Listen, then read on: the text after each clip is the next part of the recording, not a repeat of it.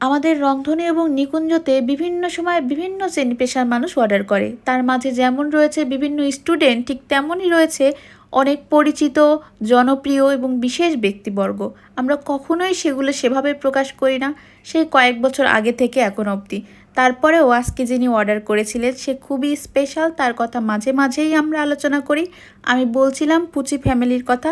তাপসী দাস দিদি আমাদের পেজ থেকে অ্যাকোয়াটিক জলজ ঘাসের পিস এবং মাটি অর্ডার করেছিলেন।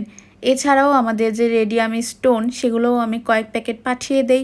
তার মধ্যে ছিল মাশরুম, এছাড়াও ছিল বিভিন্ন শামুক, ঝিনুক, এছাড়াও ছিল লুমিনাস স্টোন, ডাক। এগুলো কিন্তু রাতে জ্বলজ্বল করে। এবং এই সিজনের কয়েক প্যাকেট ফুলের বীজ আমি সাথে দিয়ে দেই।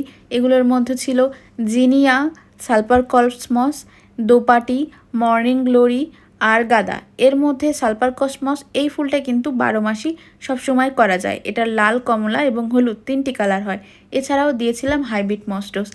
দিদি ছাড়াও আমাদের পেজ থেকে কিন্তু জনপ্রিয় অভিনেত্রী, খেলোয়াড়, সব শ্রেণী পেশার মানুষ অর্ডার করে। এমনকি আমাদের প্রধান উপদেষ্টার ফ্যামিলি থেকেও একবার আমাদের পেজে অর্ডার করা হয়েছিল পদ্ম ফুলের বীজ। তো সেগুলো আমরা ওইভাবে প্রকাশ করিনি, এখনও করতে চাচ্ছি না। তবে আজকে যেহেতু ছোট্ট একটা ভিডিও বানিয়েছি, তাই কয়েকটা বিষয় এখানে তুলে ধরলাম। ধন্যবাদ।